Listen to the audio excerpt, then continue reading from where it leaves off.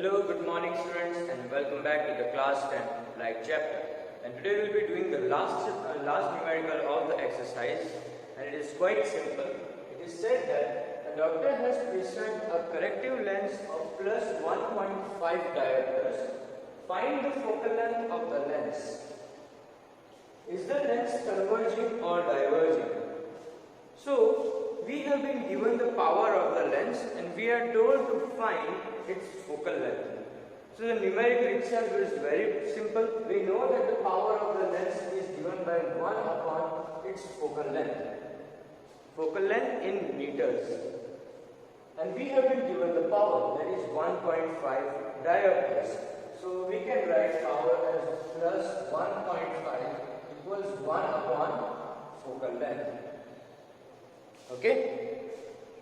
Now over here, the focal length is going to be cross multiplied and we replace it with 1.5. So this goes up and 1.5 comes down. So finally what you have is focal length equals 1 upon 1.5. Now in order to remove this decimal point, you multiply it by 10 and the numerator also with 10, so it becomes 10 upon 15. Solving this, 5, 3, 5, 2, you get 2 upon 3. Okay, and everything is positive, so this is positive as well. Now because this is, the numerator is smaller than the denominator, when you solve this you get 3, 0. So now 2 becomes 20, 3, 6 is 18, again 2 remaining, so 3, 6, 18. Solving this you get 0.66 meters, because when we are finding the power of a lens, the focal length is always in meters. Now this is going to be a recurring digit, so it goes on and on, 0.6666 meters, but 2 decimal places is quite alright. Now this is in meters, so when you convert it in centimeters, multiplying it by 100, you get 66 centimeters or 66.66 centimeters. So this is your focal length of the lens and it is positive. Now whenever the lens is a focal length as positive, which lens is it? It is a convex lens. It is a converging lens, because whenever you have a focal length as positive for a lens, for example this ray of light, it is going over here, so this is your focal length, and as you can see, it is on the right hand side of the optical center, and so this lens is a converging lens because the lens used is convex lens. So first of all, according to the focal length that you get, whether it is positive or negative, draw a rough ray diagram. You don't need to draw this in the answer sheet. Draw this rough diagram and find out that if it is positive, then it is convex lens, and convex lens is a converging lens. So finally you have to write that, so the lens used is convex lens and it is a converging lens, and it is a converging lens. So this is your answer. I hope it is clear to you students. Quite simple. You have been given the power, you need to find the focal length. After finding the focal length, which is in meters, convert it in centimeters, okay? And whatever you have positive or negative, according to that, you will find out which type of lens is being used. Now at this point, your exercise is complete and so is the chapter. You will be provided with the notes very shortly, okay?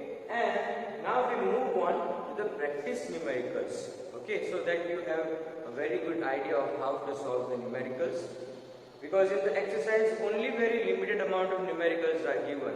Some questions which can be used as a confusing ones, or you have to use a little bit of logic, that type of questions are being asked in the examination, okay?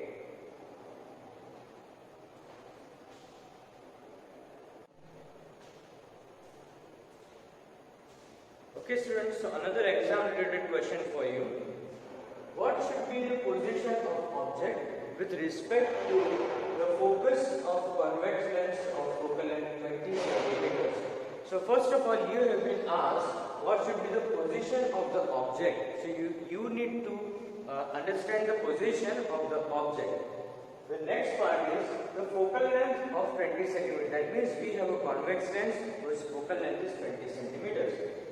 So that its real and magnified image is obtained. So the question is, where will you keep the object so that when the image is formed, it is magnified? That means enlarged image is formed and it is real. Obviously, we are not asking whether it will be inverted or erect image, but all we are interested in that it should be magnified and real image. So where should we place the object? And the next part is draw a ray diagram to show the image formation. So you are supposed to draw the ray diagram as well. Now this question is very simple, but for this you will need to understand the whole table that we did. Okay, so if you have the whole table memorized, then and then only you will be able to answer this question. And for that, we have to remember all the cases, and hence we will draw the ray diagram, just a lens for a bit. Like I said, you should draw a rough ray diagram so that everything comes into place, and once you are satisfied with your answer, then draw a accurate ray diagram. Rough ray diagram you don't need to draw with scale and everything, just to understand the points. So focal length has been given as 20 centimeters. So over here focal length, and over here as well focal length. F1, this is going to be 2F1. This is F2 and this is 2F2. Okay? Now obviously in a convex lens, the image formed will be on the right hand side and we are supposed to keep the object on the left hand side. All the cases that we studied, let's memorize them and remember them one by one. If we place the object at infinity, image will be formed at F2, which will be highly diminished, point size, real and inverted.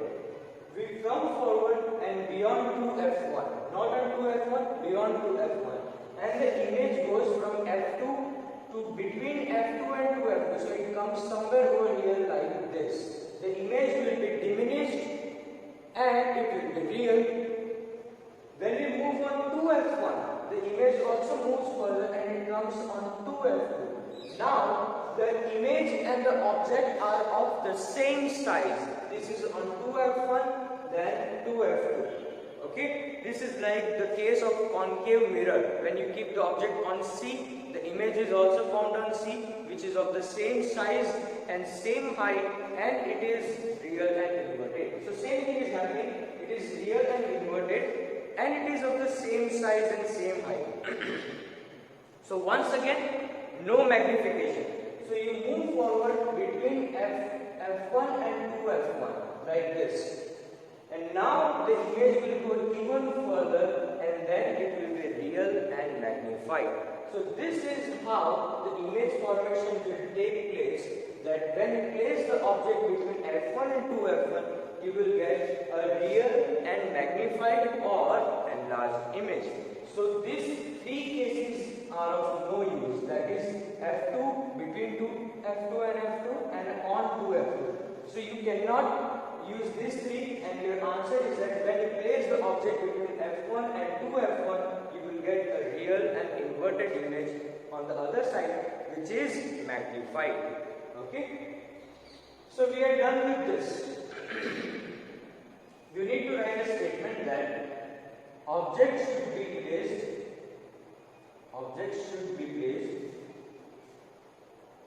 between F1 and 2F1 to obtain real and magnified image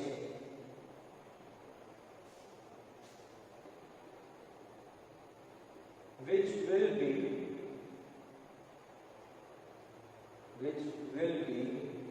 beyond 2F2, which beyond 2f2. So this should be your answer, and then you draw the ray diagram like this. Now obviously you take two rays for the ray diagram. So first will be parallel, and when we know that it is parallel, it will pass through focus like this, and one ray will pass like this. Don't mind my rough diagram, okay? The next is you take through optical center or you can take through focus. It is your choice. I am taking through optical center over here, and when it passes through optical center, there will be no refraction, and therefore the ray of light will pass as it is.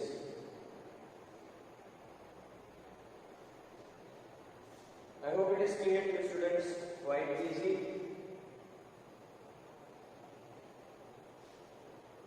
Okay?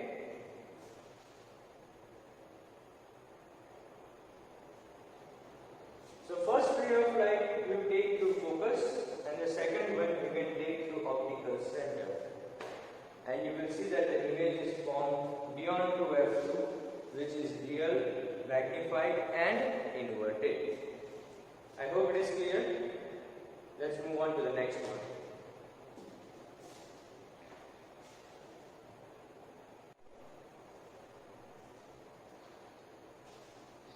Okay students, another question. It says that show the formation of image of the given figure. So you have been given the figure and you need to find the image formation or draw the image formation for the particular figure. No numericals, no calculations, nothing. You just need to show what will be the image and where will it be formed. So this type of questions are also asked for just like 1 or 1.5 marks. Okay? So you can see that this is a concave mirror. It is a concave mirror, and this mirror is a converging mirror, just like convex lens that we just saw in the previous example. So this is a concave mirror, it is a converging mirror, and the object is kept on C. When the object is kept on C, we know that the image is also formed on C. Okay, that is not beyond C, not before C, that is between F and C, exactly on C, and the image and the object height is same, and the size is also same. There is no magnification, nor diminished, not enlarged. It is of the same size. So what you do, you draw the object and the image as it is, like this, and then you can draw the rays as well for the particular diagram.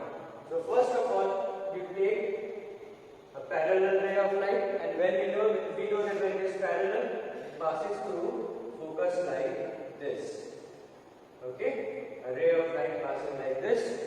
When it is incident on mirror, it is passing through focus if it is parallel, and if it is passing through focus, then it becomes parallel like this, and thus your image is formed.